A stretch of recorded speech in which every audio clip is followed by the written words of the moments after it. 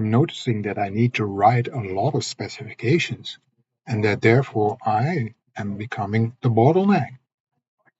Writing user stories takes a lot of time. They need to be correct and complete. It's time to bring AI to the rescue. Here, AI proposed an idea because I actually asked it for each story to come up with additional ideas. And I saw it as a good candidate to let it write the user story for it because it's a very simple story. This is what it generated. Well, not really. The original thing that it generated was this, and it had a row for each funding request in a table with a clone button. So you get this page with all these clone buttons. Well, the clone feature is not that important that I want to have so many buttons on a screen for it. So I asked it to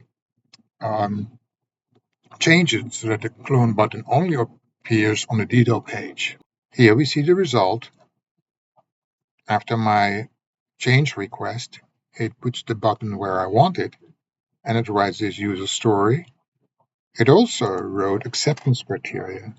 Then I asked it why the acceptance criteria are more granular, and it gave a reasonable answer. So, all in all, I would say that this too can save me time. I'm becoming less and less of a bottleneck in software development.